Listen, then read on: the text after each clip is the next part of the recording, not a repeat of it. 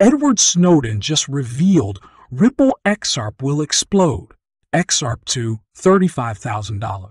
Jeremy Hogan predicted possible outcomes before sentencing, noting that both sides have a chance to emerge victorious, explaining his point of view in a YouTube video posted on December 9.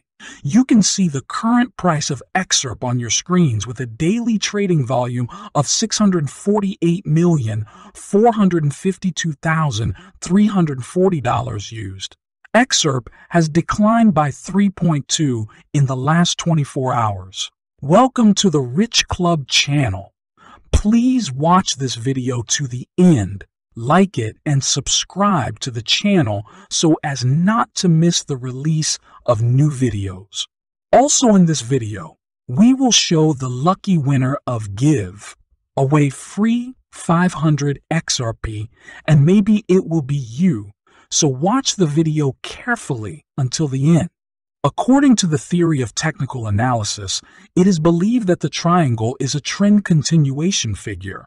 However, given that this is a descending triangle, not an ascending one, we can conclude that the probability of the continuation of the uptrend is not very high.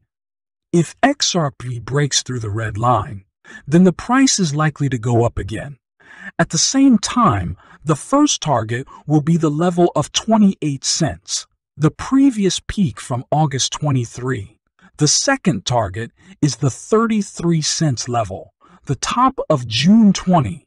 The final goal will be the 42 cents mark, which was reached on May 17. At the moment, there has not been a real breakthrough of the red resistance line yet, and therefore it may be necessary to refrain from buying. Only on a real breakdown of the resistance will the purchase transactions be justified. Ripple's general counsel, Stuart Alderoty, criticized the cryptocurrency Focus CoinDesk publication for his recent article about Ripple's lawsuit. CoinDesk columnist Preston Byron said in an article that he expects Ripple to lose the case against the SEC sooner or later. Brin noted that Alderoty's argument is akin to denial. Ripple's general counsel claims that there was no investment contract when selling XRP because there was no formal contract between Ripple and XRP buyers, and that the tokens were sold for consumer use, said Byron. Reacting to a recent CoinDesk op-ed, Alderoty called on the media, which he called detractors, to understand Ripple's legal positions before refuting them.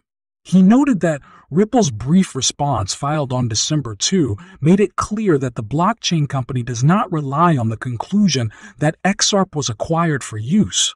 Although such a conclusion, as shown in the Amici reports and not speculative evidence, contradicts the SEC requirements, he added, Alderoty went even further to summarize Ripple's factual arguments in the ongoing lawsuit in 3 points.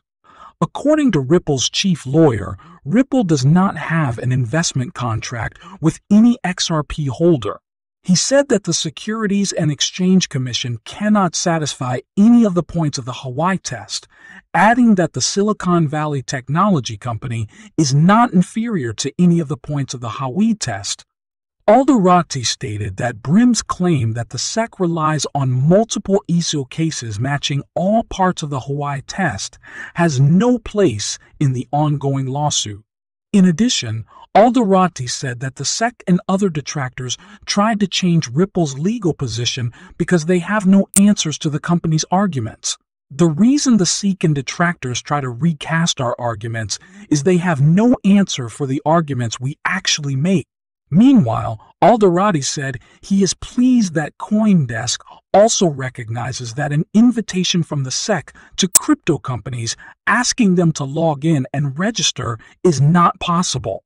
I'm glad that even detractors recognize that inviting the SEC to come and register is like trying to send a Ford Model T into space, he said. We are really excited about carbon credits, he said in an interview on November 29 in Miami after speaking at the Decentral Conference. I think it's just because I think he's a really good fit. Now, there is a real problem in the field of carbon credits related to the origin and ensuring that things are not issued. For example, there are no two sets of carbon credits. Meanwhile, games are another area ripe for development because, according to Schwartz, non-interchangeable tokens can help studios more easily attract users to their newest products. There are real problems in the gaming space that Enthus solves, he said, noting that gamers tend to feel comfortable in old games and may not be in a hurry to follow developers in new products. You have to start from scratch, and this is a sense of loss. If you could take the NF2 with you, you wouldn't have a sense of loss, and you'd be more likely to switch to the game studio wants you to play. In his first forecast, Hogan noted that Ripple could win if the final decision states that XRP was not sold as a security. He noted that the reason for the forecast was Ripple's lack of legal obligations to the buyer of XRP. According to Hogan, the first option, and why I think Ripple will win, is that it had no legal obligations to XRP buyers after the sale. No after-sales obligations. In other words, there can be no investment contract without investment. He also mentioned that Ripple can win based on. In his second forecast, Hogan warned that despite public opinion that Apple could win the case, the company has a significant chance of losing the lawsuit. He noted that the probability of losing Ripple is almost 30. He suggested that the judge could rule in favor of the SEC if the evidence that Ripple used XRP sales to create its cross border payments business seemed convincing to her. The only thing the SEC has done a good job of in its previous summaries is outlining all the statements, emails, and YouTube videos of various Ripple employees talking about the price of XRP. I mean, they've had 8 years of work. Judge Torres will review all of these statements and may. With the SEC, Hogan added.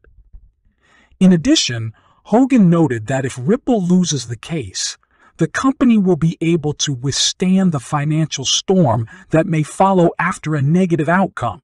In fact, Hogan said that the case could end in a draw, noting that there is a 19.1% chance that the judge will not be able to rule in favor of either side and divide the child, as in the parable of King Solomon. Judge Torres divides the child, arguments of both sides, and decides that the early XRP sales were security sales, but at some point, the sales lose this designation and become non-security sales. He added, however, given the impact of the case on the overall cryptocurrency market, Hogan pointed out that the probability that it will come to a draw is low. He believes that the judge needs to make a reasoned decision based on the evidence presented by both sides. In his latest forecast, the lawyer noted that the judge always has the opportunity to make an unexpected verdict, noting that this is a common case in lawsuits. The fourth possibility is something that no one has really thought about, and this sometimes happens in lawsuits. In conclusion, the official forecast of the lawsuit made in the legal bulletin is a 50.12% chance of Ripple winning and a 29.80%.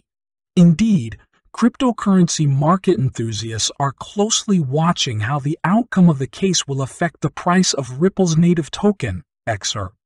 It is worth noting that in the past, XRP recorded a slight increase whenever the court ruled in favor of Ripple. Thank you for watching this video to the end. If you liked it, then don't forget to like and subscribe to the channel so as not to miss the release of new videos.